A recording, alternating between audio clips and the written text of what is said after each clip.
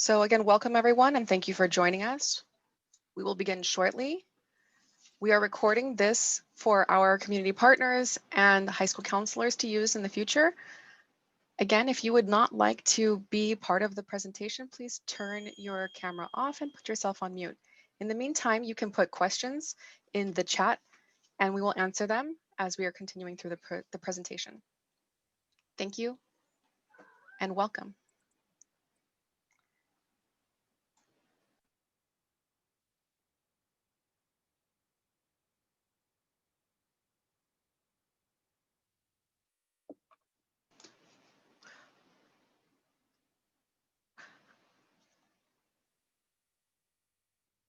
Maria, can you click on the next slide, please?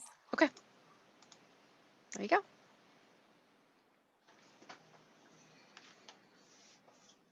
Good morning, everyone. Just wanted to give you some reminders for this morning. We are using Zoom. So like Maria said, if we are being recorded because we will send this link out after our presentation.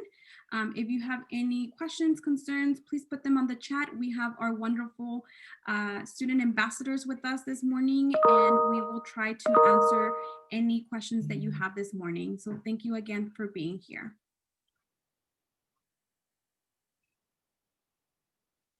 So my name is Mayra Arellano. I'm the Director of High School Transitions and Dual Enrollment. I am so excited to see all of you here this morning with us. As you might know, this is our second annual event that we do for our high school partners and community partners.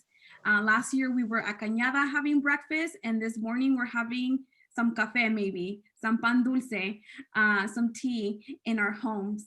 So we are excited again for you all to make time this morning to join us, to hear from our wonderful president, Dr. Jamila Moore, and to really just know what we're doing during COVID-19. We are doing a lot for our students, for our comunidad. So again, we're excited to be here. I want to introduce you to my colega, Olivia Cortez Figueroa, our college recruiter. Good morning, everybody. I'm super excited to be here. Welcome. Thank you all so much for being here. We're excited to share a lot of updates with you today. And we're going to go quite quickly through our agenda. And on that note, I'm going to hand it back to Mayra so she can quickly go over the agenda with us all. So this is our agenda. We only have about 2 hours with you all this morning. I know some of you have to leave early. That is okay. We are recording this. We also have created a handbook that we're excited to share with you after our presentation. So Olivia and I will send you out an email. And then this email will have a handbook that includes a lot of our information that we're going to be talking this morning with all of you. So again, we'll start with some introductions from our president, Dr. Jamila Moore, and our vice president from Cañada.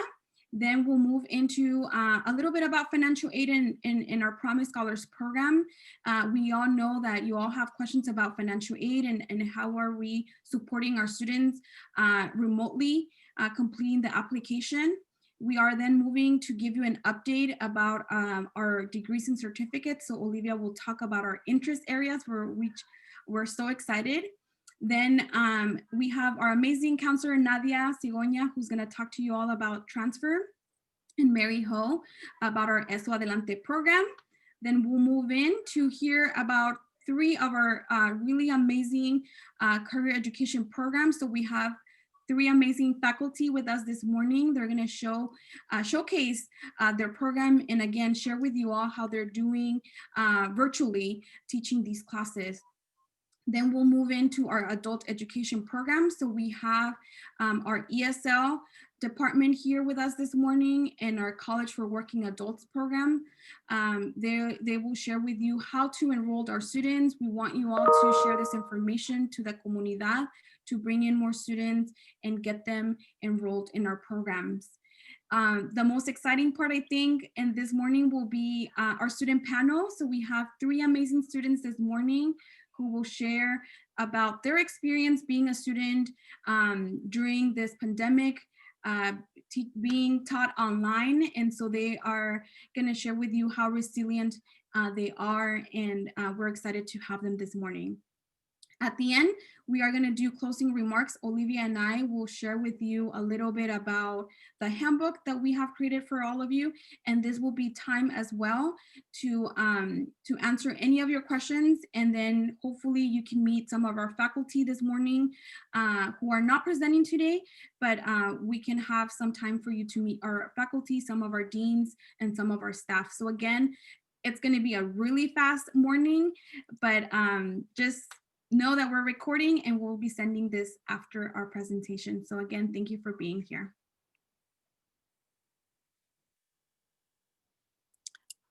Okay, well, welcome again and thank you for being here. And with that, I have the distinct honor of presenting to you our fearless leader, Dr. Jamila Moore, our college president.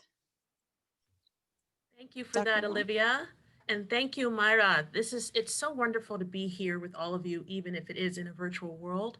I would love it if we could be face-to-face, but I think that will be coming in the near future. I just want to thank all of the extraordinary faculty and staff for their ability to pivot in this very interesting time that we are in. We are here because we want to make sure that we are not only serving our community, but that we are reaching out to serve our students. You're going to hear a lot of information this morning, but all of this information is geared towards ensuring that students can not only be safe, but that they can make a successful transition to Cañada College, and that we can share with them all of the fantastic information that can help them afford college, but also while they're in college, be successful and stay on the path to transitioning to other wonderful opportunities. At Cañada College, our theme is from here, you can go anywhere. And many of our students have done just that. When they've left us, they have gone on to bigger and better things and have become ambassadors to the campus and the district. I just want to welcome all of you and thank you for being here with us this morning. I must also apologize, I cannot stay in the Zoom room with you the whole time. I am en route to College of San Mateo to participate in our weekly food distribution. But I want to thank all of you for coming out to obtain very valuable information. Once again, as Myra's indicated, this is being recorded so that if we need to share the information far and wide, we can do that. I will just leave with you that this one last thought. Think about all of the things that we do in one day just to share information and make sure that students have what they need. And while it may seem taxing at times, just know that there are so many individuals in our communities that need this information, that deserve access to this information so that they can be successful. Please know that our students are asking for your continued support, and we want to make sure that you have what you need to be successful in sharing that information and transitioning our students. So I just want to say thank you. Thank you all for being here. Thank you for the opportunity to say good morning. I wish you a wonderful rest of the day. I'll hang out as long as I can. And I look forward to seeing all of you in the near future, face-to-face. But thank you for coming into our Zoom room and learning more about Cañada College. Take care. Thank you so much, Dr. Moore. Thank you for those words. And now I would like to present you to our Vice President of Student Services, Dr. Perez. Yes, buenos dias. Good morning, everybody. My name is Manuel Alejandro Perez. I have such a distinct pleasure to help and support our leadership teams, our staff, our faculty, and our students as the Vice President of Student Services. I really appreciate hearing again Dr. Moore's words about the landscape of where we're at now and what we hope to do for our students. I want to talk to you specifically about two things that I'm hoping that you take away from our morning together and our continued time working in the comunidad, in our community, and working with our high schools, our middle schools, and our organizations, our community partners. The first thing is that we don't live in a bubble. We all could really benefit from taking multiple deep breaths as we explore another layer to our story as a nation. I don't want to say it's a new layer. For some of us, this is a revisited page in the book that we keep coming back to. For some of us, this is a new layer and a first-time exploration of what it means to be a person of color, a Black or Indigenous identified individual, a white person on this campus, in our community, in our region. And as a college and as a district, we are unapologetically embarking on 2 task forces, one for the college and one at the district level, related to exploring anti-racism as a framework and as an antidote and an additional layer of healing and excavating what is systemic racism in our environments, in our campuses, and in our structures. We need you here. We need you in this conversation. You're going to have an interesting opportunity with the help of Mayra, Olivia, and our partners to engage in these conversations. We need our high school partners, we need our community partners engaged in this, because our new students, our future students, our current students are informed by their environment. We are the community. We need your help in this conversation. We look forward to having your insights on these 2 very important task forces that we will that have launched for this semester and will go throughout the entire academic year. You'll hear a little bit more about guided pathways as well, as we know it at the college, which is really our way of saying, how do we get better and more clear for student success? That's a very broad, high level understanding of what I hope you will come to understand as an opportunity for our students to learn about their interests, connect that with career opportunities, and do that right off the bat. Do that at the front door of the house. Don't do that on the back door of the house. That's all Guided Pathways is about, making things clearer for our students. You'll learn more about that during your time here. I will stay with you all as long as I can. At 9, we do have our district-wide college task force meeting, the one that I just referenced on anti-racism. And so there's a lot of moving parts happening these days. I leave you with this wish of good health for all of you. Take deep breaths, drink lots of water, hug your loved ones. These are times. For some, they're difficult. For some, they're hard. For some, they're status quo. This is how it's been. These are important times. So please take a deep breath. We're so grateful to have you here.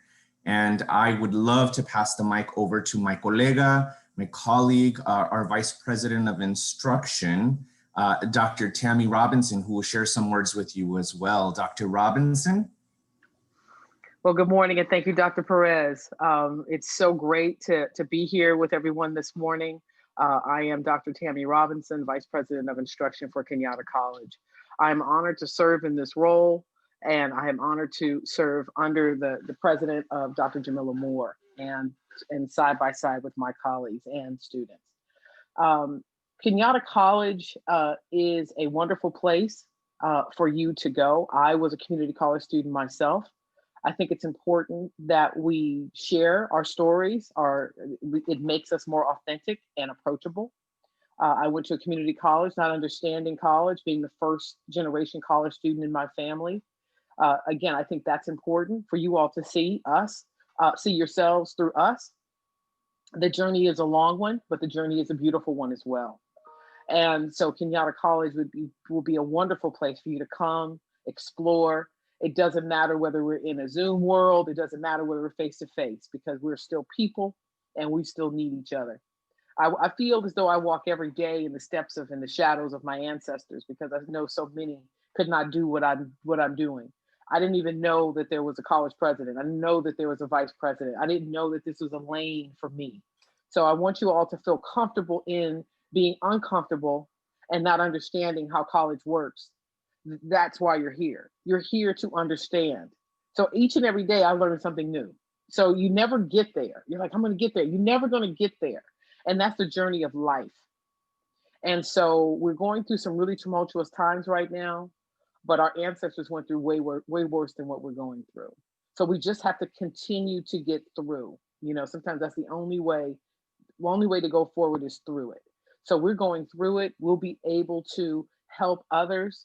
As you travel through your journey, you'll be able to assist your brothers and sisters and cousins and aunts and all of those people who don't understand college. You will be that trailblazer. I continue to be that trailblazer for my family and my community, and you will be as well. So do not be afraid to say, you know what, I just don't know. That's okay, and that's beautiful, and that's courageous. understand that this is a life journey, and you will continue as you come from high school to the 2-year college, to the workforce, or to the 4-year institution, to graduate school. These are all new experiences, and even if someone in your family has gone before, it's a new experience for you. So never be afraid, never hold back in, you know what, I just don't know. So we are available to you. I will put my contact information in the chat. Please feel free to send me an email. We at Cañada College, when we say that we have an open door policy and we're available, we act quickly and we mean it. We don't just say it, we mean it. So again, I'm going to pass off now because I also have a meeting at 9:30, but I'm going to hang out as long as I can. But I'm going to pass this off to my colleague, my wonderful colleague, Dr. Graciano Mendoza, who is the Vice President of Administrative Services. Thank you. Thank you, Tammy. Good morning, everyone. It's really nice to be with everyone, even though we're virtually together. Before we begin, I do want to take the opportunity to thank you for the work that you do with our students, with our future students. And I was asked today to share with you and talk a little bit about the campus and our facilities. So my message is rather brief, but to begin with, in terms of our campus, you might suspect that we are in a remote learning environment. We are basically closed to the general public. We will continue to do that through spring of 2021. During that spring period, we are anticipating and learning more about how we'll move forward into summer and then into fall. So stay tuned for that. In terms of facilities, just really quickly, we are working hard to have our facilities ready for the day when all our students are back on campus. And just really briefly, to give you a sense, we recently completed a renovation project in our Building 9, our Library and Learning Resource Center. So we are very excited about that. That's taken quite a bit of time.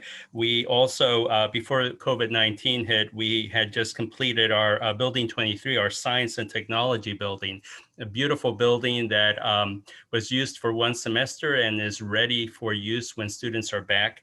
And in terms of projects that we are anxiously looking forward to, our Building 1, our Cañada College Kinesiology and Wellness building. It's 105,000 square feet. And to this point, we are on schedule, and it is scheduled to open in spring of 21. So we're very excited about that. And also, we are in the process of beginning a renovation project for one of our Building 13, one of our buildings that houses the academic classrooms. So we are very excited about that. That project is scheduled to be completed in December of 2022. So as you can see, even though we are in a remote learning environment, we are very hard at work getting the facilities ready for the day when everyone's back on campus. And we really look forward to that. Once again, thank you very much for your help and your support. And with that, I will hand it over to Olivia. Olivia? Thank you so much. And at this point, I want to thank all of our administration for being here, for taking the time. We know your schedules are jam-packed, so thank you for being here with us. Thank you for your wonderful remarks and your updates. They are very much appreciated. Now, I want to talk a little bit about financial aid. I could talk about financial aid all day long, but I'm not going to. I'm going to try to give you the most important information that you need to know now. So, a quick thing that I want to mention is just the cost effectiveness of attending Cañada College. During these times, it is very difficult, right? We're going through some difficult times. And one of the biggest reasons why students choose to come to Cañada College is because of the cost effectiveness. They're getting an excellent education at a great price. And in many cases, they're getting it free. And we're going to talk about those financial aid options. So if we could go to the next slide, please. So these are our applications. Very quickly, we have two big ones, the FAFSA, which stands for Free Application for Federal Student Aid, and our California DREAM Act application. And students would do one or the other. These are open now for our high school seniors. They should be submitting these now. Hopefully they've already done it, but if they haven't, the deadline, the priority deadline is March 2nd. We also encourage our students, we encourage you to encourage our students to apply for scholarships. At Cañada College, we do have our own scholarship application, which will be opening up this month. And we also have the California College Promise Grant. Now, this was formerly known as the Board of Governors fee waiver. And I know there is a lot of confusion because we have the California College Promise Grant, formerly called BOG fee waiver, and then we have a scholars program. And we're going to go a little bit into the scholars program. But just know that the California College Promise Grant, we call it CCPG for short, is what used to be called the BOG fee waiver. So these are just some of the applications that our students can complete to apply for financial aid. Next slide, please.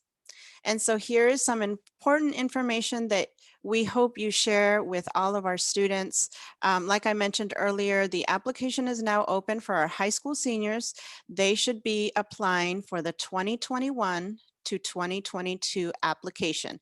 If they log on to FAFSA or DREAM Act application, they will see the one for this year. They do not want to do that one. They want to do this one right here, the 21 to 22 application. The application opens up every year, on October 1st. And so it is now open and they'll be using their 2019 taxes. And like I said earlier, the deadline is March 2nd. So please help us remind our students. And I want to quickly mention that if anybody needs financial aid workshops, we can work with you to connect you with our financial aid team to do so as well. Next slide. If you have any questions about financial aid, this is the email to our financial aid team. And at the very end, I'm going to be sharing my contact information. Feel free to ask me any questions about financial aid as well. And at this point, I am going to transfer it to my colleague, Ariela Villalpando, who is going to talk about the Promise Scholars Program. Ariela? Thank you, Olivia. Next slide, please. Good morning, everyone. As Olivia mentioned, we do offer the Promise Scholars Program at Cañada College. Again, not to be confused with the CCPG. It's a common mistake, but to reiterate, the Promise Scholars Program is a program, is not just a scholarship. We are a student support program designed to help achieve students' educational goal on time. And we provide financial and academic support until the completion of a certificate, an associate's degree, or an associate's degree for transfer between 2 to 3 years. And as you could see in the middle of the slide, we offer various benefits to our program. One major one is we cover tuition fees up to 2 to 3 years, depending on how long it'll take the student to complete their educational goal. Typically, STEM majors could take a little longer. It's a very rigorous major, so it could take them up to a 3rd year. Secondly, we offer $750 worth of textbook support, and that's for the whole year. So it's divided per semester, $300 for fall and spring, $150 for the summer. So that's a total of $750 of textbook support. And that's we'll add that on per year. Also, we offer priority registration. We actually had our first Priority Reg event yesterday, which was a huge success where we helped our students enroll into their spring semester. So we were really pleased with our turnout, especially in a virtual world.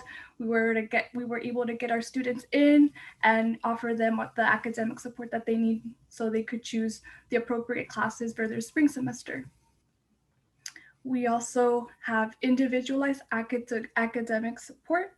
We have dedicated counseling to help our promise students. And so that's kind of like the foundation of our program, having that one-on-one relationship between counselor and student so they could develop a relationship of trust and persistency. And so that's something we take pride in. We also offer exclusive workshops and events. Although we are virtual, we still hold virtual workshops for our students, which then leads to $50 monthly food and transportation incentives. So when they attend these exclusive workshops, they're eligible for their incentive of the month. So how do I become eligible for this? First, students need to be first-time incoming college students. So that means that they have to be, it will be their first year in college, but it doesn't necessarily mean that they're fresh out of high school. It could also be adult learners who want to enroll in Cañada College and have never been to college. They could also qualify. The goal for the student is to earn a degree, certificate, or an associate's degree for transfer at Cañada College specifically. So that's one of the major things that we require for our students. Also, as Olivia mentioned, completing your FAFSA or California DREAM Act. That's annual. We need our students to complete their FAFSA or California DREAM Act. And lastly, must remain full-time student until the completion of their educational goal. And so basically we need our students to be at full-time so they could complete their 2 to 3 years in a timely manner. So we could get them in and get them out towards their next goal or into the career field. Next slide, please. Okay, so for the first icon, I'd like to show how we pivoted in the virtual world. Now that we're in remote learning, our staff support really did an amazing job in adapting swiftly and to promote our student support services. You know, unfortunately, we can't offer any more in-person office visits. We used to have our office and we would have students come in for drop-in hours all the time. But because we can't do that, we're increasing our accessibility and we are giving our students the option to come to our drop-in hours on a daily basis. And we'll have counselors and staff readily available to serve our students, whether it's through a Zoom meeting or a phone call. And during our drop-in hours, our staff is there to answer any academic questions or any general questions. The second icon is the virtual community. One of our main goals in PSP is to foster an inclusive community. We really are intentional to hold space for our students to connect one another. Unfortunately, because we can't do that in person, we really strive to do that in a virtual setting. And so we have our student ambassadors who lead social hours to talk about anime or ghost stories, for example. Another example is our PSP staff host intentional workshops on topics like test anxiety, sharing self-care practices, and mental wellness, for example. So we're really committed to maintaining that student connection. And although that could be difficult sometimes because we're all bombarded with Zooms at the moment, but we really try to maintain that student engagement. And so for the third icon that you see there, we switched over to e-gift cards. So as you saw in the previous slide, we used to do food and transportation vouchers, but that was only in person. Now that we're online, we switched gears and now we offer e-gift cards where students are emailed their incentive for attending the monthly workshops. And these stores range from like CVS, Whole Foods, Target, Safeway, Walmart, even Uber credit. So students could buy their groceries. They could even splurge on their favorite snack or school essentials for their academic success. And then last but not least, we still continue with our ongoing collaborations with our campus departments and programs, as well as the greater Redwood City community. We connect students to campus resources such as the Learning Center for students to connect with online tutoring, peer mentors. We refer students to like UC application workshops to work on their personal insight questions led by staff, for example, or even guide our students to submit like technology requests to support so they could be connected to those resources, so they could either get like a Wi-Fi hotspot or a Chromebook, for example. And our Redwood City partnerships, we connect students to resources available within their communities, like rent assisting programs or application support for the CARES Act that families kind of need that extra support on. So those are the various examples how we shift gears. And so the major question, when can I apply? Our application for the fall 2021 cohort will be opening in early February, so please keep an eye on that. We are very excited to welcome our new cohort. So if you have any questions, please email us at our office email. It's on the screen. Please take note. And again, my name is Ariela, and it's a pleasure to be here with all of you today.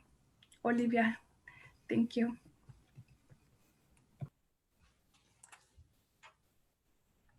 Thank you so much, Ariela. That was very useful information. So now we're going to talk about our interest areas. Next slide, please. So as you know, a lot of our students are undecided when they first come to college, and they're not sure what they want to study, what program they are interested in.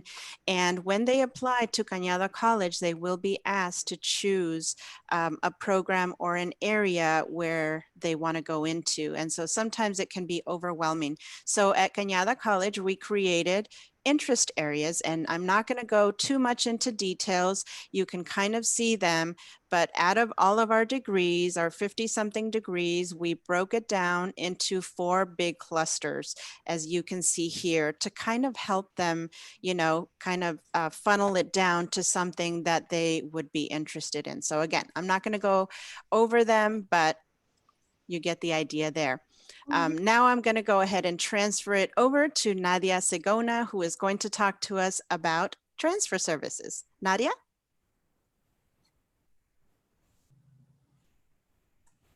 Good morning. Nadia? Oh, there. Buenos días. Mi nombre es Nadia Sigona. My name is Nadia Sigona, and I'm an academic counselor here at Cañada College. And as you already know, from Cañada College, you can go anywhere. And to help support that, we have many initiatives, but today I'm going to highlight 3 of the amazing programs we have here at Cañada. We have the Transfer Admission Guarantee, TAG, the Honors Transfer Program, and also I'm gonna talk today about the Associate's Degree for Transfer. Next slide, please. Thank you. So what is the UC Transfer Admission Guarantee, TAG? We have a guarantee admissions to one of the 6 UC campuses: Irvine, UC Davis, UC Santa Cruz, Merced, UC Riverside, and UC Santa Barbara.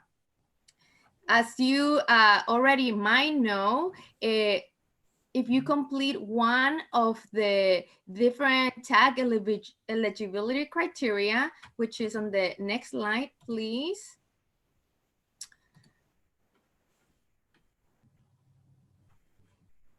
Some of the students can be eligible to transfer to guarantee admissions to this particular area. And one of my colleagues is going to be putting in the chat more information about this, so you can go and look more in depth about the different criteria. For example, for UC Davis, you need a minimum units of 30 and then a specific transfer GPA and other specific requirements. Remember that for TAG, you need to apply, there's a period of applying for September 1st to September 30th. Next slide, please. I'm also gonna talk today about the honors transfer program. Here at Cañada, we have a robust program and honors transfer classes. The first thing you need to know is that you don't need to be part of the honors transfer program to be taking honors transfer classes. And for more of this information, you can also visit our website, or we and the transfer center can help you with that. My colleague's also gonna be putting the link in a second so you can look more into it. Like I said, anybody can take a transfer class. But if you want to be in the honors transfer program, you can apply to this. Basically, you need to have a 3.3 college GPA, or if you're coming from high school, you could have a 3.5 high school GPA to join the program. And there's also some other specific requirements that that you need to be in the honors program. Like, for example, you need to complete 15 honors units. You can also have a 3.3 GPA to get the honor certification. But the good thing, and what we're very excited, is that UCLA and UC Irvine give priority admissions to honors transfer programs, certified students. And for example, last year, UCLA admitted in the last pass cycle. Thank you. So now I also wanted to talk about the associate's degree for transfer, the ADT. The ADT, this is an associate's degree with the transfer requirements to California State University's campus. What is the ADT? So students can complete here at Cañada College an associate's degree to transfer, and we have many different associate's degree for transfer that also one of my colleagues is going to be putting in the chat in a second, all those degrees that we're having, and I'm going to show it to you too. Can you please move to the next slide? Thank you. This is students complete all the requirements for the transfer and also for the major. And the benefit of this is when they're applying to a local colleges, they can get a GPA bump when applying to any CSUs. Also can get priority admissions to one of the 23 CSU campuses. Also, guarantees that you complete 60 units by here at Cañada, and then 60 units when you transfer to a CSU university. And like I said, here are some of the examples of the ADTs that we have here at Cañada College. And also my colleague, Olivia, she is gonna be sending, I believe, a package where you can include, when you can see all the different associate's degree to transfer. Thank you. And now my colleague, Mary Ho, who is the Director of Post-Secondary Success and University Center, and the University Center, she's gonna tell you more about the other initiatives that we have here at Cañada. Next slide. Thank you, Nadia. Good to see you here. Nadia covered transfer information and support at Cañada College. And what I want to talk about is a special program that we have in partnership with San Francisco State University. So Adelante is a transfer pathway program to San Francisco State University. And the goal is to provide service and support for Latinx students, first-generation college students, and low-income students. Next slide. So with that, we have 3 goals. The 3 goals include academic preparedness. We provide transfer knowledge information with the eventual goal to transfer to San Francisco State University and to help students complete there. Next slide. So at Cañada College, we have a full team to help our students. So what does that look like? We have the program service coordinator, we have an assistant project director, and we also have an adjunct counselor whose focus is to help students with their transfer pathway to San Francisco State University. So with that, he works with the student on their student educational plan and also to make sure that they have the opportunity to participate in some of the workshops that we provide. And one of the biggest, I would say, asset that we have with this program is we have a partner at San Francisco State University that really helps students, not only with the soft handoff, but also when they actually get there. Next slide. And these are some of our favorite people, right? It's our wonderful peer mentors. And what they do is they help our students, our mentees, with their academic success, their pathway to San Francisco State, transfer information. They encourage the students to attend workshops, our campus visits, which I'll talk a bit about, but these folks here are the nuggets of the program.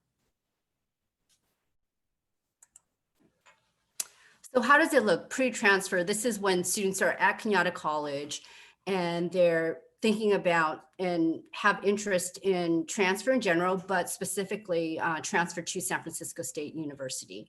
And the pre-transfer support programs that we provide include San Francisco State campus visits. And what that looks like is students have an opportunity to visit San Francisco State. In this case, it's all virtual, but in the past we would take students to the campus. They have an opportunity to meet other students, meet some of the representatives there, as well as mentors. And they really get that feel of what it feels like to be a college student at a four-year university. So that's some of the pre-transfer support that we have, as well as academic workshops.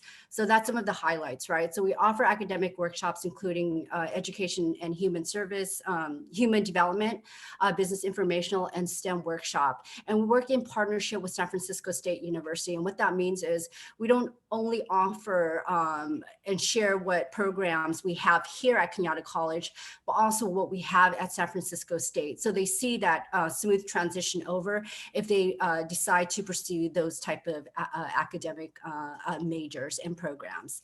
And with that, once again, I mentioned that we have the nuggets, right? And that's our peer mentors.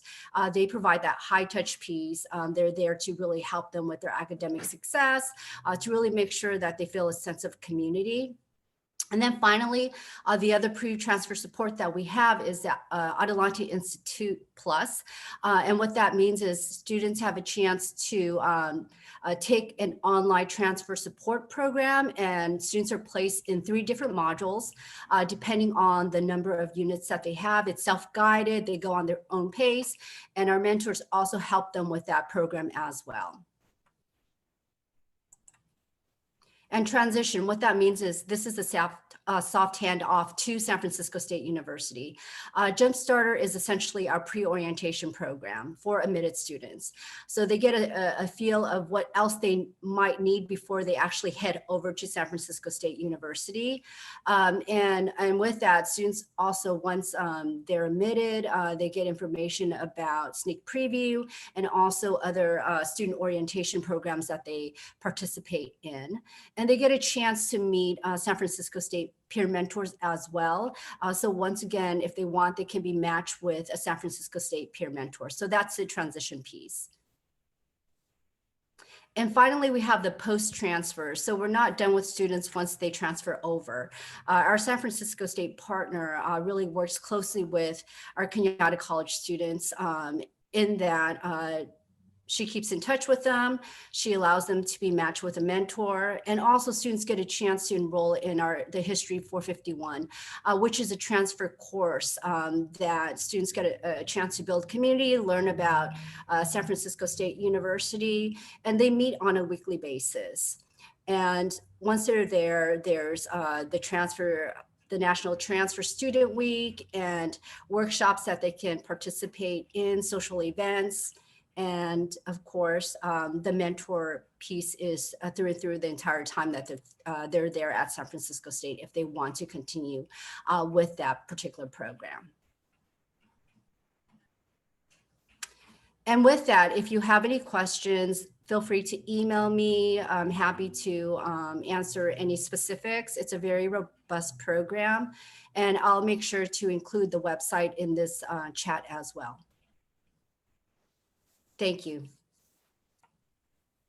Thank you so much, Mary and Nadia, and all of our presenters so far. I'm gonna take a breather. We've been going at it. It's a lot of information, and we kind of told you. So thank you so much for being patient. If you have any questions, please put them on the chat. I've seen some questions already. We're also putting a lot of links in the chat about additional more information. Again, we can't give you the whole picture. It's really briefly information about our program. So again, please continue asking questions.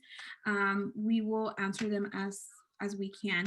I want to start with sharing a little bit about our career education. This is something that we heard last year from our community partners and in high school partners, that they wanted to learn more about our short-term certificate programs, our career education, our associate's degree. So we have here amazing programs at Cañada, but today we will focus on 3, and you will hear from our faculty about the programs that they currently are working with our students to make sure that they're successful. Next slide. These are some of our pictures. Again, we have an amazing radiology program, our fashion, interior design, digital media. Again, we couldn't showcase all of the programs, but this morning, we will start with our digital arts and animation program. And I want to introduce our amazing faculty, Paul Nass. Thank you, Mayra, and welcome everybody. Thank you for coming today. I want to talk a little bit about our program. I'm Paul Nass. I'm the program coordinator for digital art and animation here at Cañada College. We have a terrific program for any student who's interested in pursuing animation or art for film and for games, graphic design, user experience design, which is a huge field now. Do I have slides? Yeah, we're working on it. There we go. Awesome. Fantastic. Thank you, Maria. Okay, next slide, please.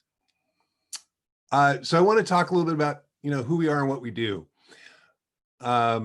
We offer degrees and certificates in 3D animation, video game art, game design, UI, UX, user experience, user interface design. So literally anytime you pick up a device, your phone or your Roku box, or go to a kiosk in a mall, all of those interfaces that you work with have to be designed. It's a huge, very, very hot industry right now.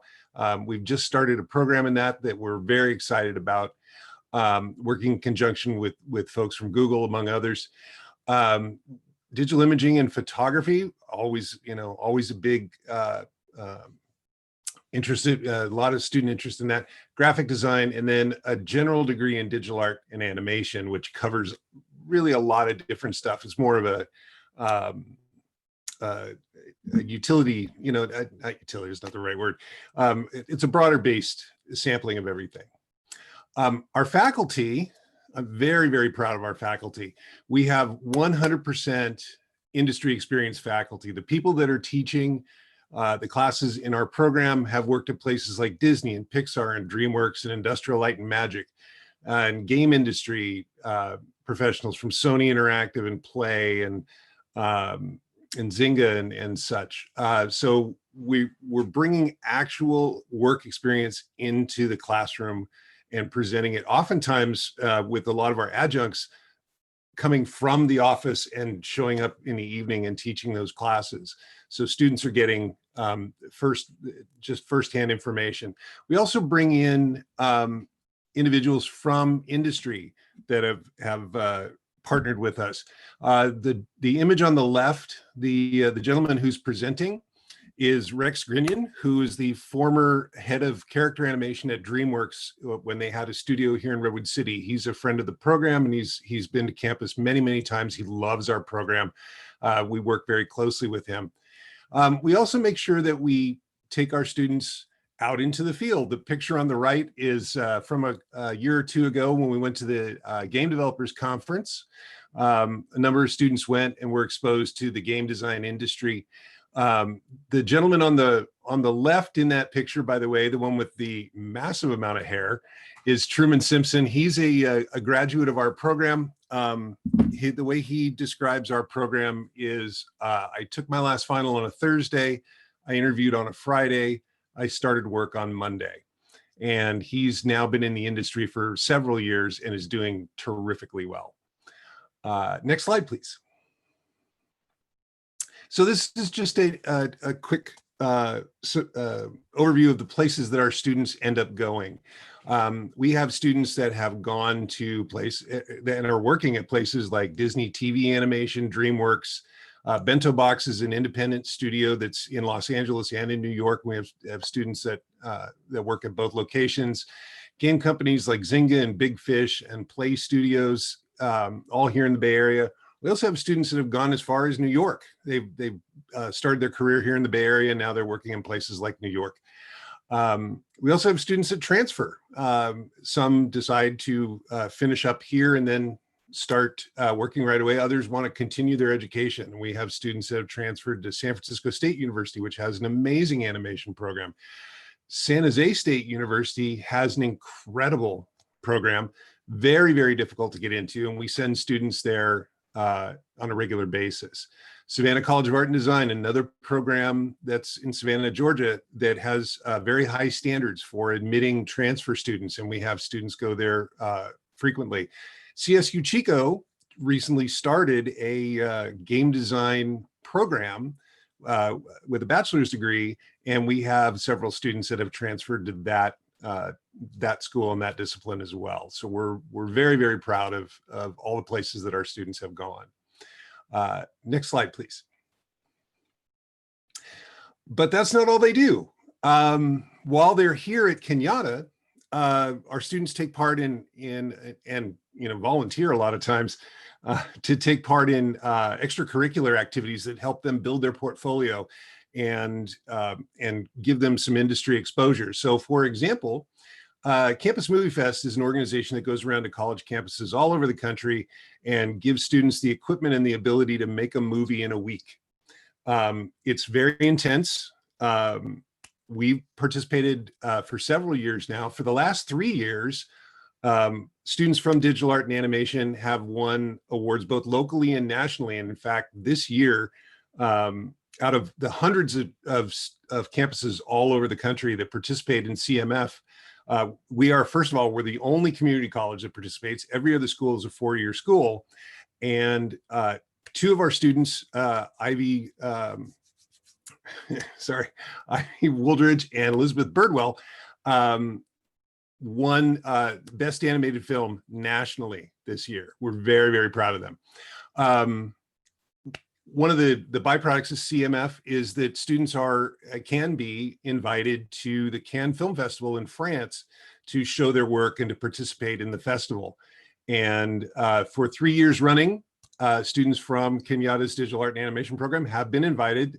This year, of course, they couldn't attend because of COVID, but on the right top there, we've got a picture of Ivy and Liz, along with another student from Cañada, Victor, at the Cannes Film Festival. And by the way, the dresses the women are wearing were designed and built by our fashion department. So we do collaborate across disciplines. Another thing that our students get involved in, we've done this for 2 years now, and we just completed it a few weeks ago, is the 24 Hours Animation Challenge, where the students are given a theme at 3 o'clock on a Friday afternoon, and they have 24 hours to complete an animated clip of 30 seconds. And we've had multiple teams both years. And in both years, the students have done very, very well, placing above teams from major animation schools such as UCLA and Cal Arts. So we're very, very proud of the hard work that they do. And they do all this stuff. All of this is voluntary. They don't have to do any of it, but they recognize the value of it, that bringing these sorts of opportunities to campus provides. And we want to thank our ASCC group for Campus Movie Fest. They bring it every year, and our students appreciate it and enjoy it every year. So thank you, Michiko. If you have any questions, please feel free to email me. My email is there at the bottom. And if you're interested in finding out more about our program, our URL is right below that. Thank you for your time. And I'm going to toss it over now to the head of our paralegal program, Professor Althea Kipps. Hello, everyone. My name is Althea Kipps, and I am the faculty program coordinator for the paralegal program, as well as a faculty member in the paralegal program and the business program. And just wait for a second while the slides come up. But this is an excellent program, especially for someone who is coming out of high school. We are completely online, and all of our faculty are experienced attorneys or paralegals. And so this is really important because you are learning from the people who are actually in the courts, in the law firms, in the corporations who are doing the work.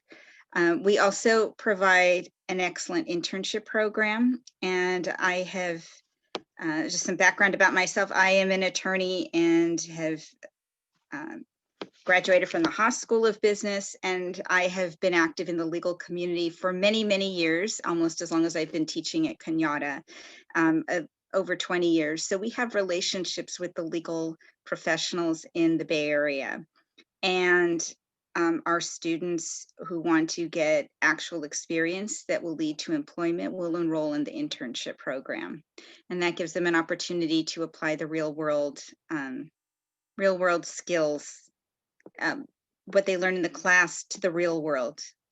They get to work on cases, they get to accompany the attorneys into court, they get to do a number of different things.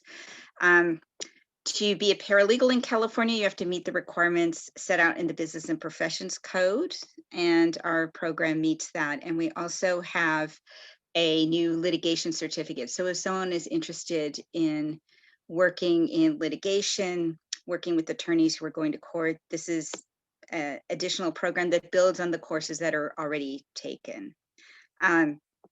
So I can tell you why coming out of high school, this would be a great thing to do.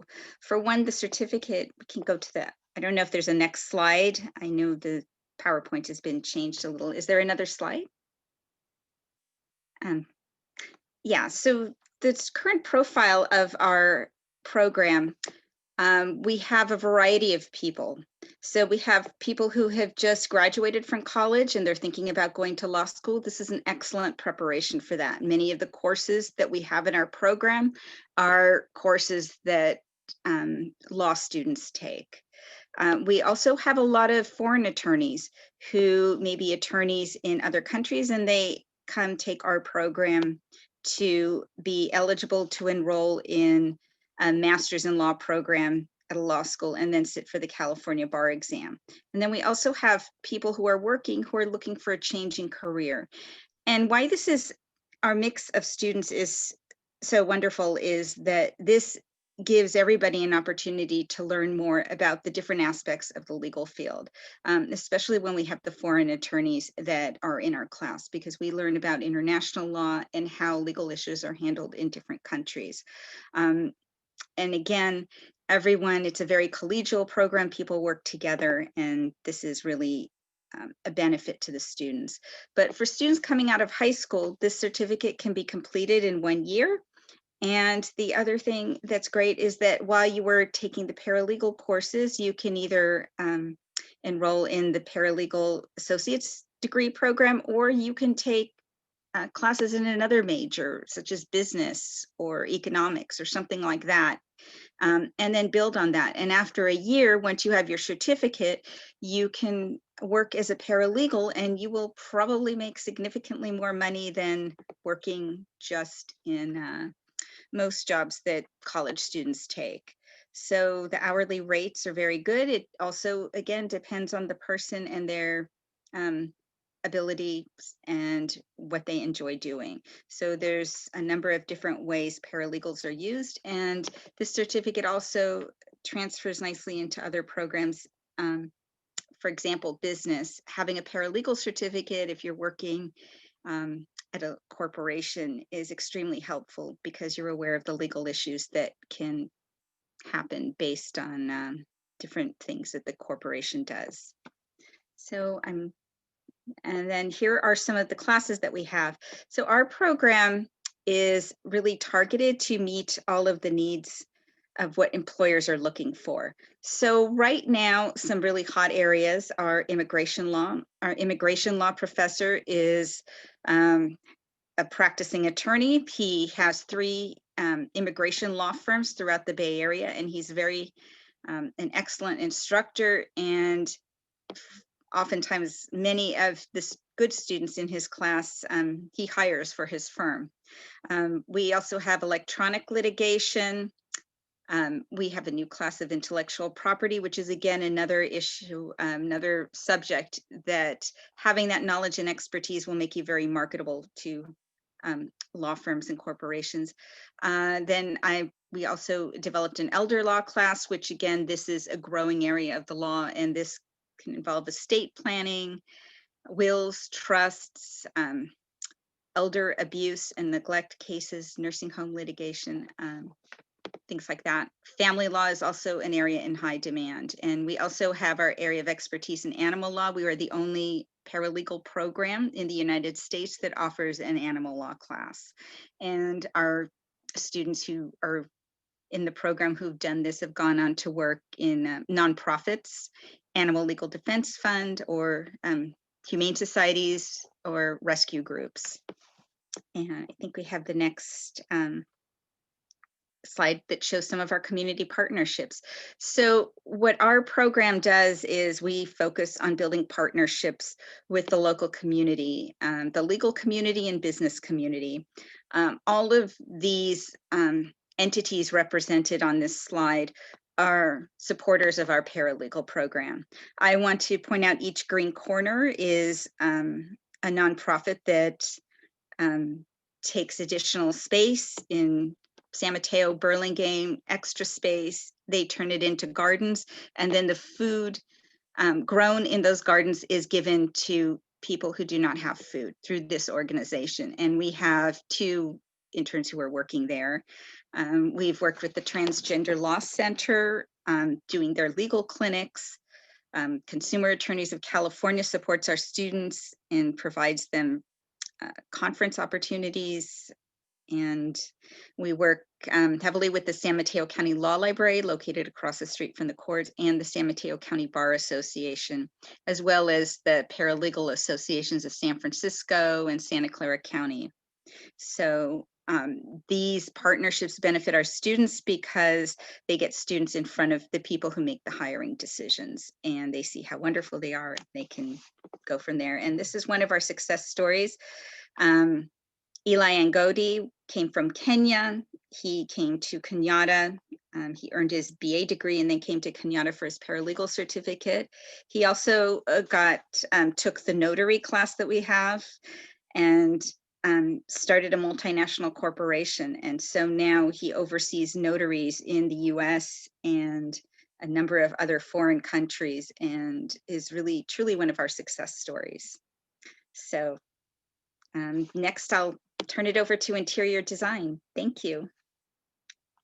And I'll put our link to our website in the chat. Thank you, Althea. All right, well, good morning. My name is Elsa Torres, and I am the program coordinator for interior design, as well as a faculty member. And I wanted to say that the interior design program opened its door to the community in 1973. So that means that we will be celebrating our 50th anniversary in 2023. So hopefully we can see you celebrating with us. So here we wanted to show you our students in action. So of course we are not face-to-face, we are also online, but we are still doing the same thing. And I want to say that in the past May, we had over 20 students graduating and receiving their certificates and AS degree. And I also want to say that nowadays we are thriving during COVID-19, and interior design is an important field from the perspective of this pandemic. So we wanted to also show you this. Next slide, please. So in interior design, we have 3 certificates and AS degree. So we have in the interior design certificate of achievement. You can complete this in 2 years, 40 units total. And we also have the associate in science degree in interior design and an agreement with San Francisco State University and San Jose State University. If you are planning to transfer, we also have the kitchen and bath certificate of achievement. And this program is affiliated with this professional organization. This is the National Kitchen and Bath Association, so that if you are interested in becoming a kitchen and bath designer, you can also do that with us. And there is a total of 41 units to complete in 2 years. And we also have the home staging certificate, and the home staging, it's pretty much the, we are the only ones with it, with this certificate around. So the next slide, thanks. So this one shows you the chart, and this is also available. You can see these on our website. So we have 20 classes total. 17 of those classes are common for the 3 certificates we have. We have the kitchen and bath, a certificate that has 3 specialized courses. And we also have the internship class. And the internship class is the interior design program has one of the highest number of students taking this class college-wide. I also want to say that this semester, for example, we have 14 students working in different projects and with different design firms. Next slide, please. And here we have some student success stories. The one to the left shows you a student work from one of our classes, and she participated in this national competition. She won a 2nd award, and as we speak, her rug design is in production in India.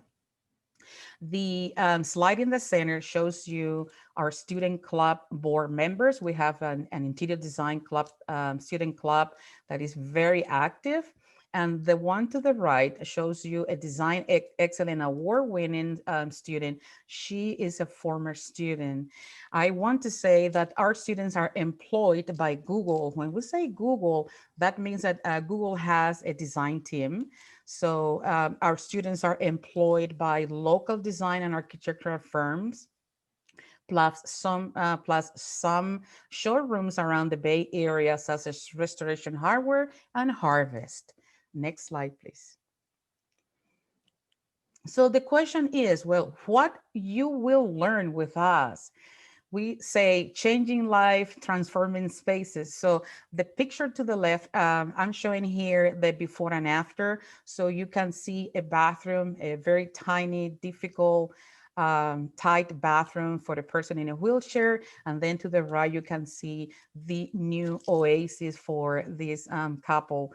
Then on the right, you have offices. So the before and after offices.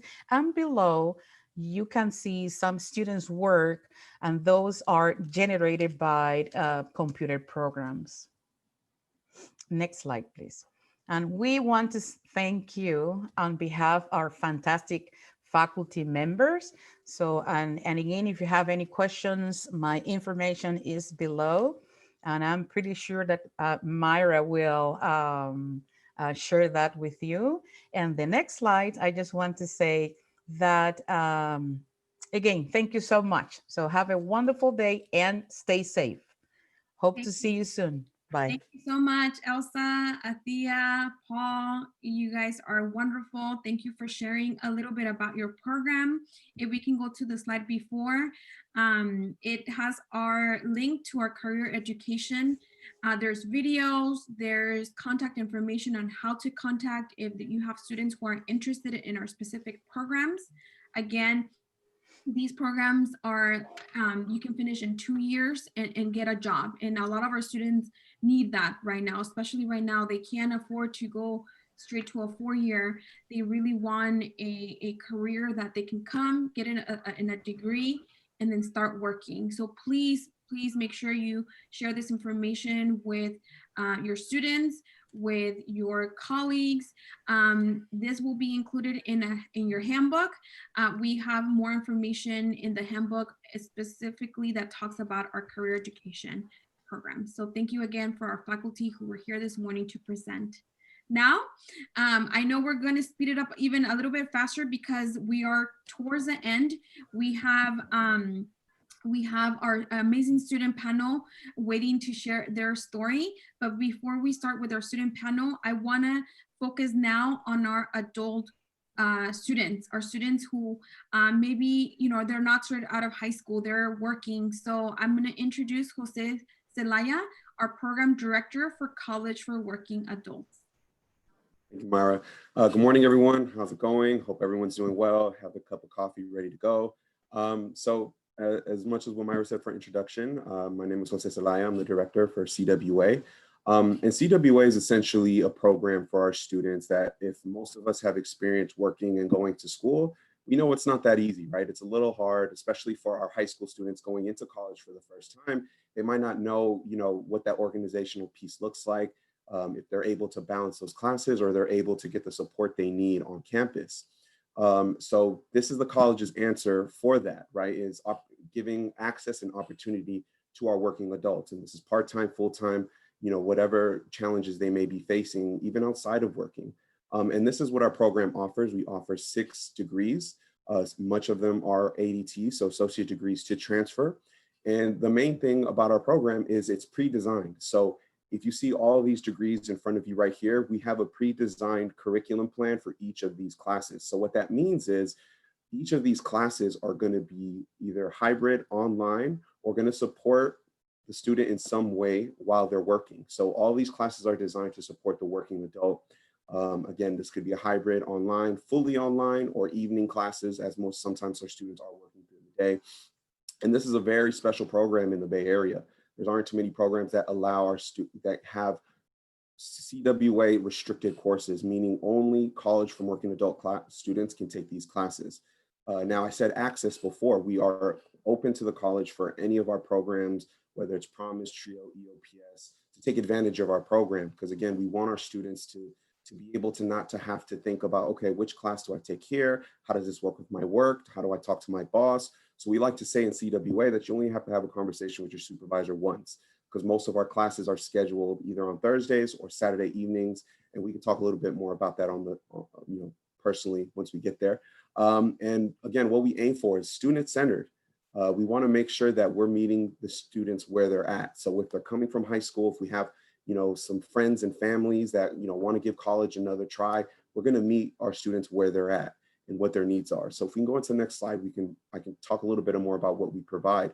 So tech support, some of our students that are coming out of high school or some of our family members or people in the community, they might not know how to start right away with most of our software and our technology. We want to make sure that we take that time to work with those students. So we have a retention specialist that works one-on-one with these students to make sure that they're being supported and that they're able to succeed in our online classes, especially during the pandemic. We also provide tutoring services. So CWA has our own tutors. We have English tutors and math tutors. So again, this is something that we're going to want to embed in spring. So if our students are taking an English class, they're going to have their own personal tutor to work with them through those essays. And again, meeting them where they're at. So, if they need a little help through this class, CWA is going to be there to support them.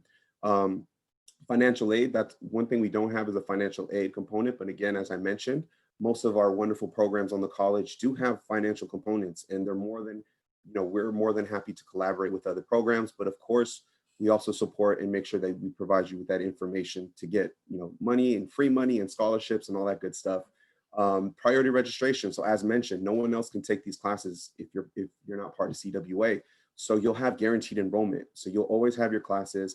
You never have to worry about searching for your classes because we have them all laid out for you. And that can be serving really well for our students that are really busy. Maybe they have kids, maybe they have 2 jobs, maybe they have other responsibilities where it might be hard to really keep track of what's the next classes do I take for each semester. Community corner, it's really hard for us to be in community and solidarity to create space as we're all in our rooms and in our offices. So we try our best, every week to get together. And again, this could be workshops, this could be drop-ins just to see how people are doing. And also fun. It's also game nights. It's also transfer workshops. It's learning how to use different tech resources. So we really want our students to come together and, really share, because we're all kind of experiencing the same things as working and going to school. And of course, we have our own personal counselor, one-on-one counseling support. So you're able to build a rapport and relationship with your counselor. And then on the next slide, we have some more student support services. So within our program, we do progress reporting. So our retention specialist reaches out to all of our professors to see how our students are doing, known as also early alerts as well. So the moment one of our high school students or one of our adult educator students that wants to come back into the program, if they're struggling in the class, our staff and faculty will let us know. And that way we can intervene and provide some great resources and support. Our students can earn more than 1 degree. So if a student is not sure about where to go, maybe they might be psychology, they might be sociology, they can earn both of those degrees at the same time without losing too much time. And with all this, we provide, again, the options in terms of hybrid classes, which is a little bit online, a little bit in person. We're not doing that this semester and next semester, of course, because of the pandemic. But once students come back, that's an option that they can have face-to-face, of course. Most of our face-to-face will be evening for our students that work during the day. We support for transfer. Our retention specialist is working hand in hand with transfer services, taking one-on-one appointments with our students, helping them go through the application, getting to speak with our former students that have gone through these applications and gone through these processes and that are at the CSUs and UCs right now. And for our, community members and our individuals that are maybe in a career and they want to take it to the next level and they have some experience of going to college before, you can get credit for your previous courses. So our target is usually 3 years. You can complete a degree if you don't have any credits. But if you do have credits from years past, it'll be much, much, much quicker and much sooner for you to complete your educational goals. And all of this is important because it requires consistency. So it requires consistency from us as a college. And, it's something that we really take pride in. So for more information, I want to share a little bit. If we can move on to the next slide. So questions and concerns. This is going to be our email here, our Cañada CWA email. So what this is exactly is reaching us in terms of me, our counselor, our retention specialist, and all of our members are part of our team. If you email this email right here, letting them know that you're interested in the program, we'll be able to reach out and talk to you as soon as possible. This QR code to the left is our actual application. So if you know anyone that's interested or you just want to check it out, please feel free to use that. I'm also going to drop in a couple links in the chat. One's going to be my scheduler. So if you know any individuals or students that want to learn more about the program, they can meet with me one-on-one. So if you give them that link, they can meet with me directly. I'm also going to put our flyer that you can share that also has a QR code for the application. And if students are interested, or if you know family members or community partners or any groups that are interested, we actually have a forum next Thursday from 5 to 6 that will kind of explain all of this more in detail. And then after that, if we want to get our students started, or especially for our high school students, maybe in the fall. We have much more forums coming up next semester. But again, this program is much more for the community and for pretty much any student that is interested in college. We want to support that. There aren't any union requirements. We want to meet our students where they're at and make sure that they have everything they need to be successful. Thank you, guys.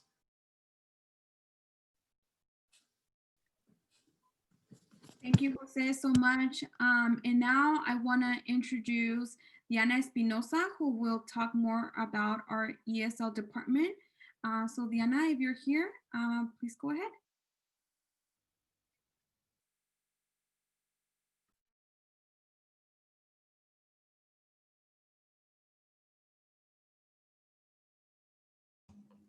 I apologize. Thank you, Maida.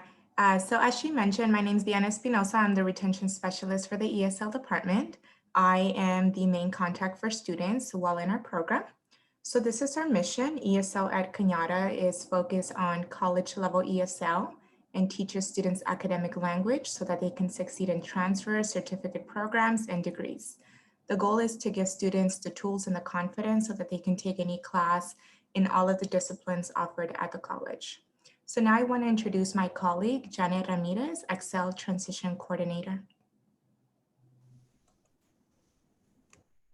Thank you, Diana.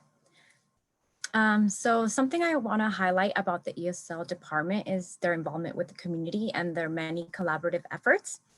And one of them is with Excel. So we are the adult education career educational leadership, and we support students transitioning from an adult school to campus or whatever their goal might be. And as you can see, this is a community effort and a collaborative effort. We are made up of adult schools, the community colleges, and I know we have Upward Scholars here, which is one of our community partners. And we have a strong partnership with the ESL department and Sequoia Adult School, where students taking Sequoia's highest ESL level transition into Cañada's ESL level 1 class. And we work closely with the ESL department to make sure that students' transition is as seamless as possible, because we know transitions can be challenging. Next slide. And right here on this slide, these are currently the adult schools where students transition from. So we have Sequoia, San Mateo, South San Francisco, and on. And they also do transition from other community organizations like Job Train, Nova Job Center, and other adult schools. And right now we are currently excited because the new Senate Bill 554, where dual enrollment now includes students attending a non-credit or adult education high school diploma or equivalency program. So this means that they can now enroll part-time at community colleges and the fees will be waived. So we are excited about this new opportunity for students. And now I'm going to hand it back to Diana to talk a little bit more about the ESL program. Thank you, Janet. Okay, so this is our ESL pathway or sequence. I am all about visual, so I am going to explain a little bit about our pathway. So currently all ESL classes are being taught virtual. Traditionally, we have an off-campus program which offers the lowest ESL levels, such as ESL 800 and level 1. So those are offered off campus. We offer them at the elementary schools, for example, Hoover School and the Police Activities League Center. We have day and evening classes. And then on campus, we have our ESL level 2, 3, and 4. Each level offers a grammar and writing and a reading, listening, and speaking class. We do offer day and evening classes. Each class is 5 units, and remember that from level 800 to level 4, all of the ESL classes are non-transferable. The highest ESL level is ESL 400, and that is the only transferable course. We have 2 department awards and 1 college certificate. Currently, our classes are extremely low, and with your support, we want to make sure that you provide this information to your students and your families, and we would love to have your students and your families join us this coming year. Let's move on to the next slide. So while students are in our program, they are introduced and exposed to a variety of support services. These are screenshots of our support services document. You will also get a handout in your handbook. That is where, as a retention specialist, that is where I come in. So I work individually with students one-on-one to identify possible barriers. And we want to make sure that we identify those possible barriers before they become an issue. So we want to connect them with those resources as early as possible. So just remember, you're probably going to hear a lot retention specialists. That is what we have in all of our programs. And that retention specialist is that one person that is working directly with the students to connect them with the resources and to be that guide for them. So let's move on to the next slide. So finally, there are a variety of events that we host. Currently, because of this situation, we're only hosting the beginning of the semester workshop, which includes a program introduction and a technology support. This is where students learn how to navigate WebSmart, email, and Canvas. At the end of the semester, we hold a proactive registration event to help them with their registration. We want students to be successful, which is why it's important for us to provide these events. We hope to offer the annual Careers and Majors event in the spring, which is an amazing event offered every year where students are introduced to a program. For example, College for Working Adults is one of our programs, and students learn about the program, the requirements, and how to apply. The best part about this event is that students hear from a former ESL student in the program, which helps them to connect directly with the students. We want to make sure that they understand that there's so much besides ESL. They can take career classes while they are an ESL student, and we want to expose them as much as possible to our programs just to get them ready and prepared. So that's it for me. Thank you for your time, and I hope to work with you, your students, and your families.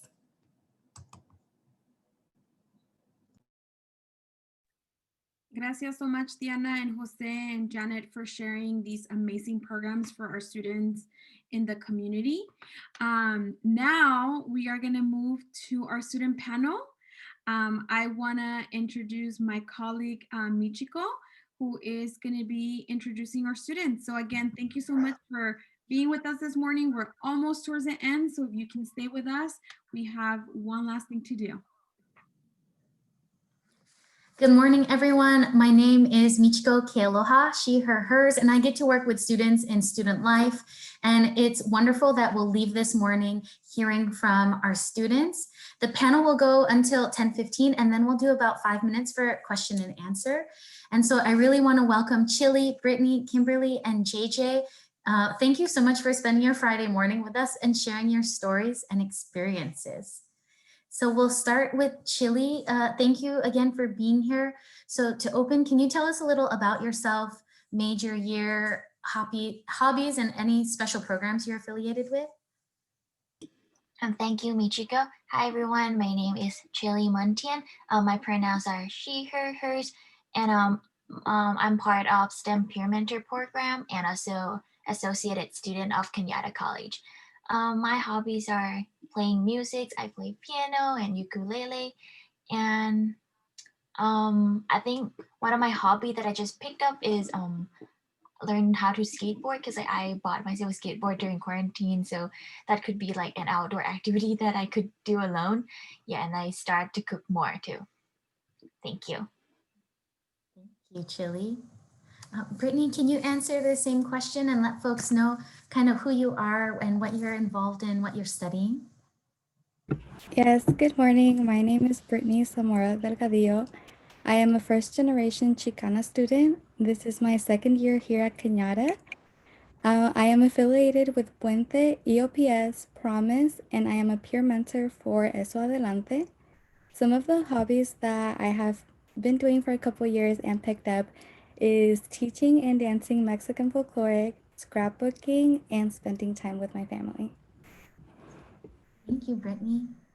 And next we'll hear from Kimberly. Thank you, Kimberly. Hi, my name is Kimberly. My pronouns are she, her, hers.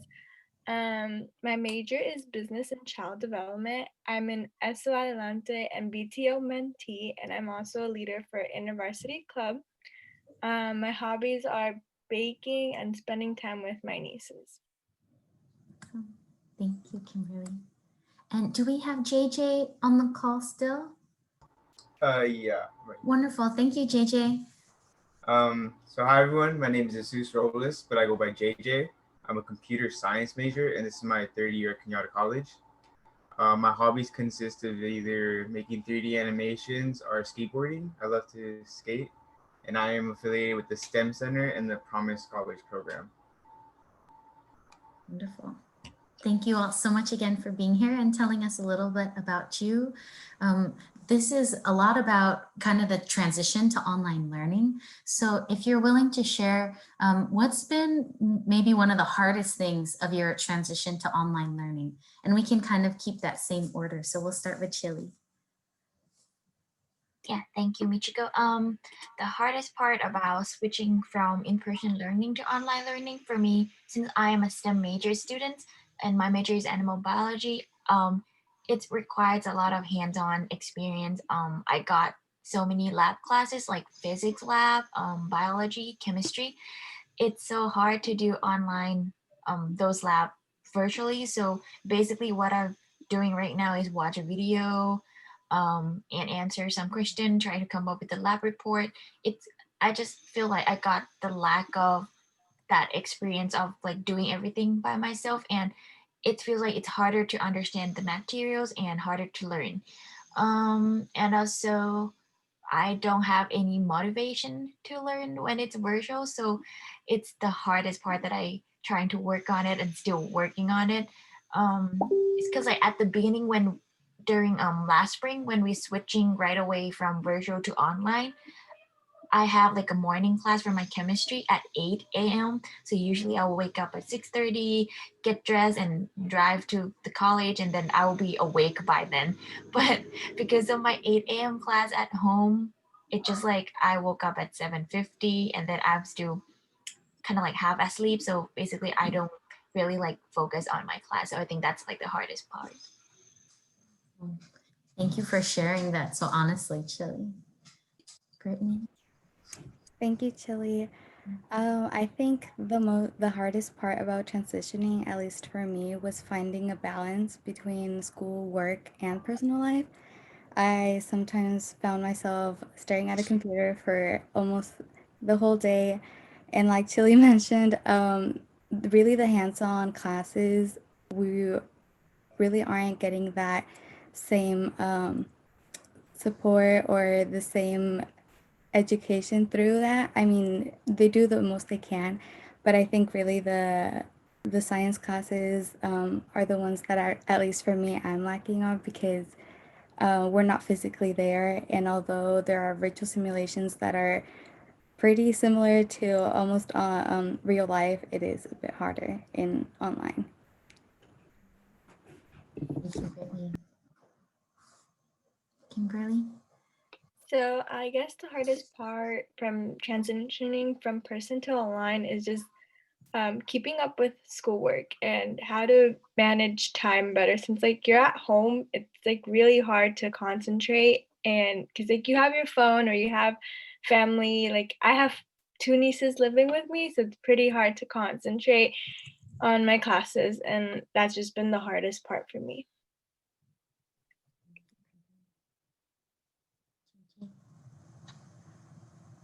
Yeah, so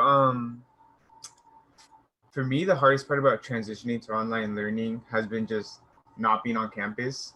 Before the switch to online learning, I was on campus from about 8:30 a.m. to 7 p.m. most days. On campus, I would work since I have a job on campus, or I'd go to the STEM Center and get all my homework done there because they have all the support and help that you need. And at home, it is very easy to get distracted. And like everyone said, you have your phone, you have everything you need at home. So it's very easy to get distracted. So at first, that was the hardest part for me. Thank you, JJ. Thank you all for being so resilient and sharing what's been the hardest transition. Would you all want to also share like what's been most helpful in your transition to online learning? Yeah, the most helpful, I would say, the community that we are having right now, because all the workshop that still motivate me to study and get back on track. Because without y'all online Zoom with me, I don't know what I would be doing right now. Probably not homework. Yeah, and I know it's harder, and I also appreciate everybody who's come up with the fast and great way of online system, like counseling system, tutoring. So those really like help me, although it's a little bit harder to when I try to schedule and get everything set up. But once I got everything done, then it is very helpful. I think what was most helpful during my part of transitioning was, like Chili said, the community that we have here at Cañada. All the programs are really helpful towards us, and I personally think that the professors are very flexible with us. I really like that they're able to record their lectures, and even if during the set time for their lecture I'm not really focusing on something or don't understand it, I'm able to go back and rewatch the recorded lecture. Yeah, what's been helpful for me is just like how Chili and Brittany said, the community we have, and then my ESO Adelante mentor, which is Brittany, and my BTO mentor, which is Yolanda, which I don't think she's here. But yeah, they've been so helpful, especially Brittany. She's helped me a lot, and like even just to vent about anything, like she's been there. She always tells me she's there, a text away if I like need anything, because I've had moments where I broke down because it's just been so hard. But yeah, I think and also the tutoring, even though it's like harder, but it's nice that they still have it there for us. So yeah, if you I recommend joining ESO Adelante or BTO because they're great mentors and they'll help you along the way too. And you could just even vent to them and they'll just listen. So. That's awesome. Thank you. So for me, the most helpful aspect of online learning has been realizing the STEM Center is still open. Like I said earlier, I was there constantly.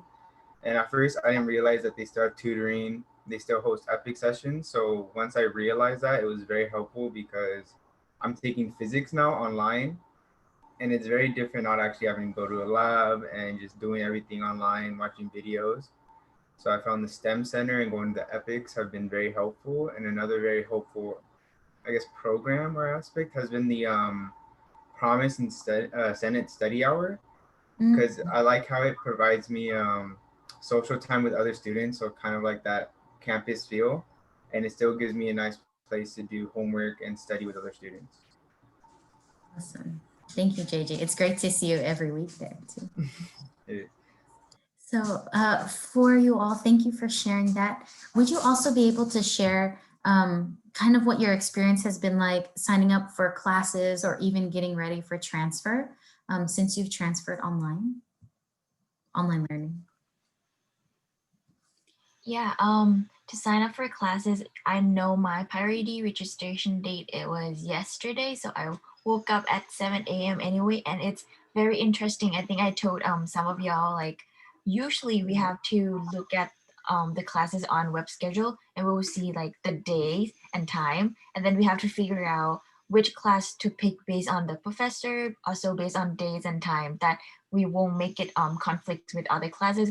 But once I go on there, it's all like no date, no time. It just the class and professor, because you know it's all online. So I having like a hard time picking because I'm like, I'm not used to the system still.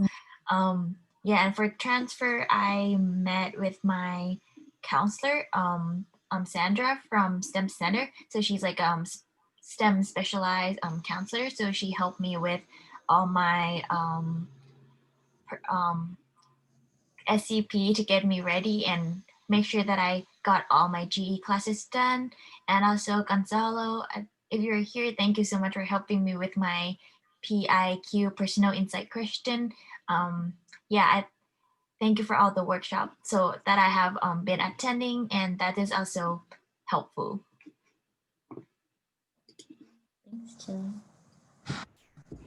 Like Chili mentioned, I think I'm still trying to get used to the classes being online. So yeah, when we go into WebSmart, which is where we look at the classes that we want to take, it is difficult to see a bunch of times, and I'm so used to writing everything down and scheduling it that now I just look at the classes and I'm like, oh, I don't have anything to do since we can't really go outside. So I'm just choosing classes based on professors that have good ratings and I feel like will be the best fit for me. As for transitioning, all the counselors from the programs that I am associated with have reached out to me to make sure that my SCP is up to date and that I am taking the the right classes. So it is really helpful for them to reach out. Coming from a shy person, sometimes I don't really like to reach out. I know during these times it really has made me break out of my shell and ask for help. But having counselors reach out to us and make sure that we're okay is really helpful. That's great. Thank you, Brittany. I mean, yeah, Chili and Brittany have said most of it.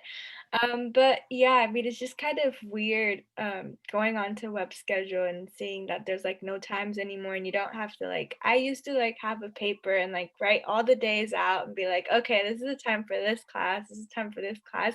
And now you just don't do that. You just like write the code and like make sure it's the teacher you want, which is like, okay. I mean, I don't mind the transitioning. It hasn't been hard for me, but and then as counseling wise, Brittany actually recommended a counselor, which is I think Sandra too, and she's really great. So a lot of counselors that I've met up with, they haven't really helped me with like my SCP or transferring, and Sandra was the one that like helped me plan that all out. So now I even feel better about it. So Yeah, like they said in the beginning, it's definitely very weird going on to web schedule. I'm taking a lot of, I guess, big classes next semester, like for example, Calculus 3, and that's completely online. There's no Zoom meetings, there's no anything, it's all completely online. So that's very weird and strange for me. But counseling wise, I've had a great experience. I've been meeting with Sandra a lot, and she's planned out my entire SCP. She helped me with my tag and helped me submit my tag actually to Santa Cruz, which has been very helpful. She's also we've also made plans to meet up to review UC applications and all the sorts. So Sandra's been very helpful, and I've gone to her every time as my counselor. Wonderful. Awesome. Kudos to Sandra and Gonzalo. In our last like 30 seconds before like getting one or two questions from the audience, can you share one piece of advice you'd give a high school student that's transitioning to a community college during COVID? Yeah, one piece of advice I have is don't afraid to start out with the community college, and also grab whatever resources the college provided for you, like transfer program, counseling, tutoring, workshops, and events and everything, and being more involved and build the connection, because you will find that it's so much easier to find help when you need them, and because you know who to like contact and who to reach out and where to go. Similar to Chile, I think my biggest advice for high school students is to not give up and to not be afraid to ask for help. During these times, it is really easy to give up, but here at Cañada, we have a great community and everyone is willing to help. So stay connected, apply to all the programs that you're available, and if one program doesn't have something, I assure you that a person in that program is able to refer you to another program that will give you the help. yeah, one piece of advice I'd give is do not overflow yourself with so many classes because you think it's gonna be easy. Like I'm taking 5 and it's extremely hard, but I'm doing it with the help of my mentors. But yeah, do not overload yourself. If you want to get like a feel how online is for college, I'd say take like 2 to 3 classes so you can start off getting the feel, and then if you want, you can always add.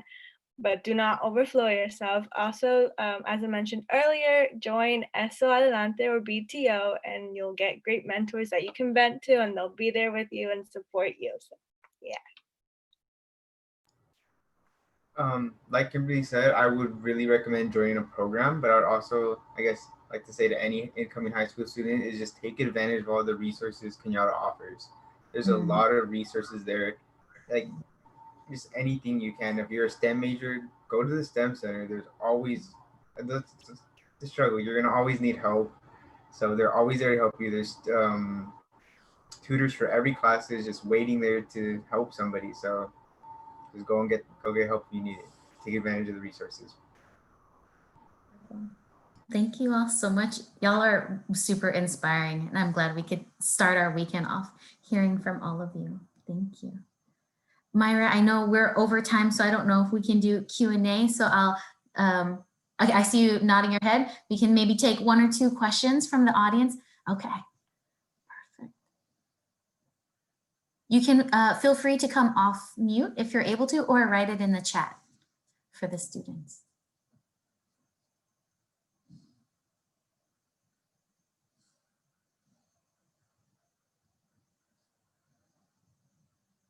Give it about 10 more seconds if you're typing.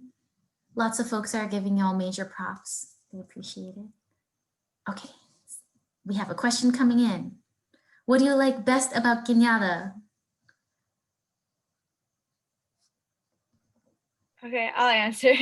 I've been at Cañada for a really long time, and I think what I like best about it is just like the community we have. Everyone's there to help you and support you, like the tutoring center, as I said, mentors and stuff, and that's just something I like. And they also have good clubs too. If you want to join a club, InterVarsity, I've been more involving with InterVarsity, and it's been very helpful too, because we're just like, it is a Christian club, but anyone can join. Doesn't have to be like specific religion or anything, but they're all supportive. And if you need prayers, they'll pray for you. Like we'll pray for you and stuff. But yeah, I think that's what I like is the community, mentors, and clubs.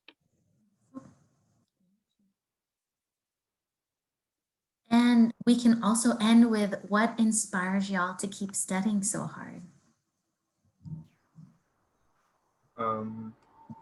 For me, my main inspiration to continue to study has to be my mom. She has gone through a lot, and even though everything she does, she works very hard to make her money, and no matter what she does, she puts it all back to her kids. And I want to be able to, you know, help her one day financially and be able to actually support and be able to help. So I guess my mom is my main inspiration.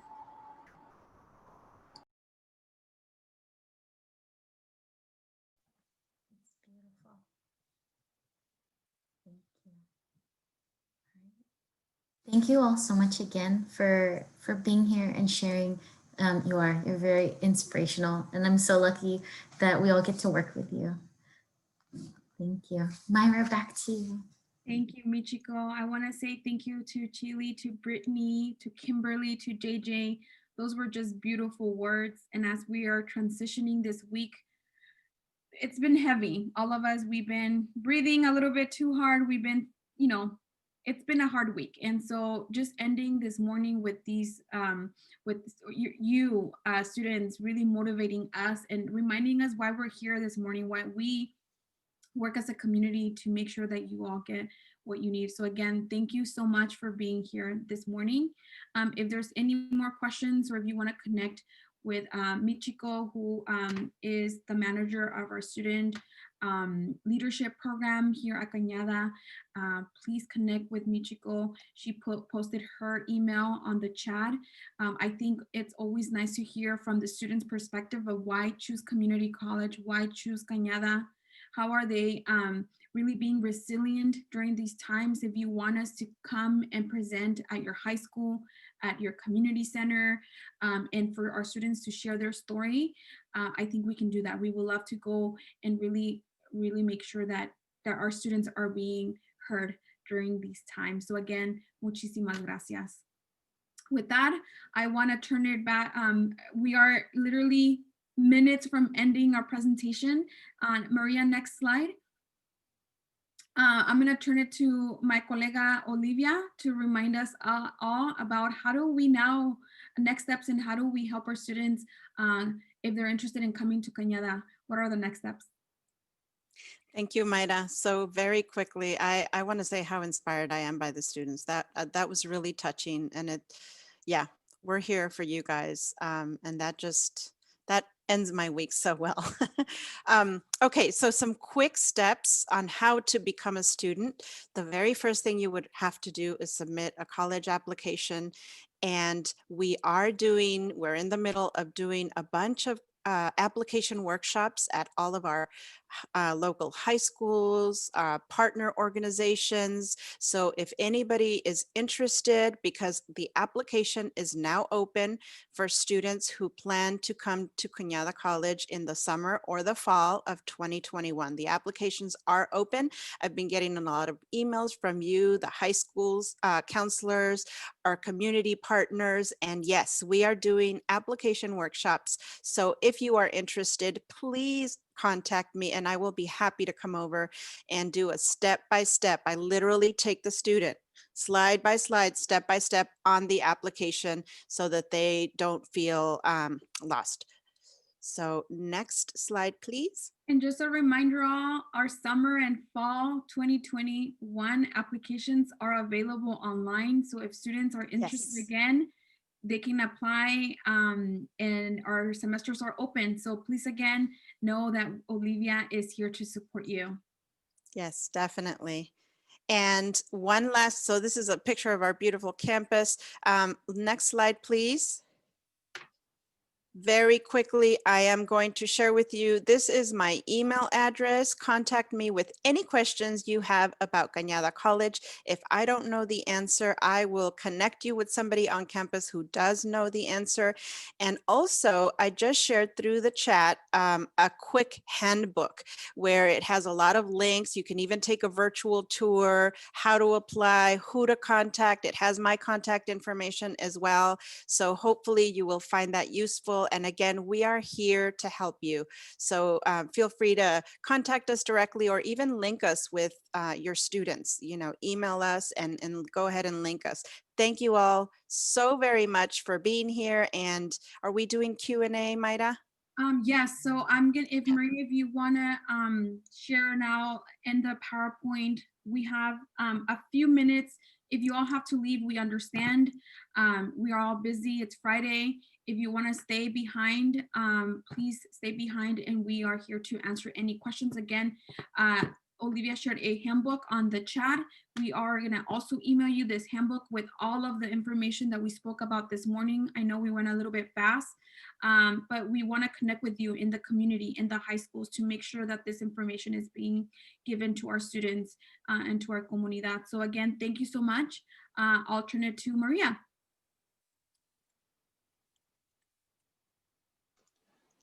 Thank you so much. At this point, we're almost completely done, and I did want to take one moment to share with you the news of the loss of our dear friend and colleague, Tom Moore. He was previously, after having left the San Mateo Union High School District in 2004, he came to serve as the president of Cañada College for over 6 years. And then he went on to move into our San Mateo County Community College District for 4 years before he retired in 2018 as on our board of directors. And so we're so incredibly sad by the loss of this amazing man. He was an inspiration, a mentor to countless teachers and students and educational professionals throughout the state. And he was deeply involved with our community, with San Mateo County, and an advocate for education, equity, diversity, and fairness and social justice. We would like to take a moment to just think of him and his family and note that our college is in mourning for him. So thank you. Well, I'll put some information into the chat if you would like to say any words about Tom, please do so in the chat. Or if you would like to, make any flowers or donations there's some information there for it as well. Again, our college is in deep mourning for the loss of our former president and board of directors, Tom Moore.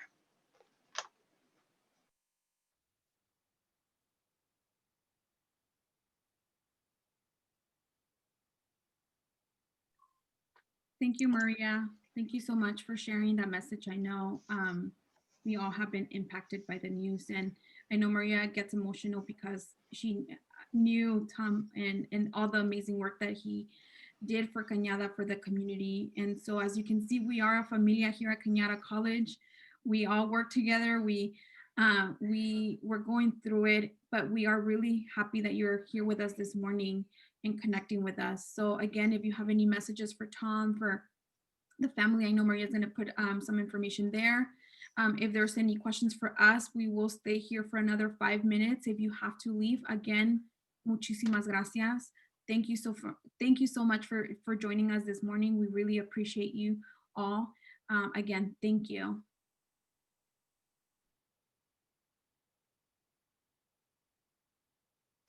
And at this time, I will probably end the recording. So if you do have more questions, please feel free to put them into the chat. We'll continue here for a minute, but we're going to end the recording so it doesn't take up too much space on our files.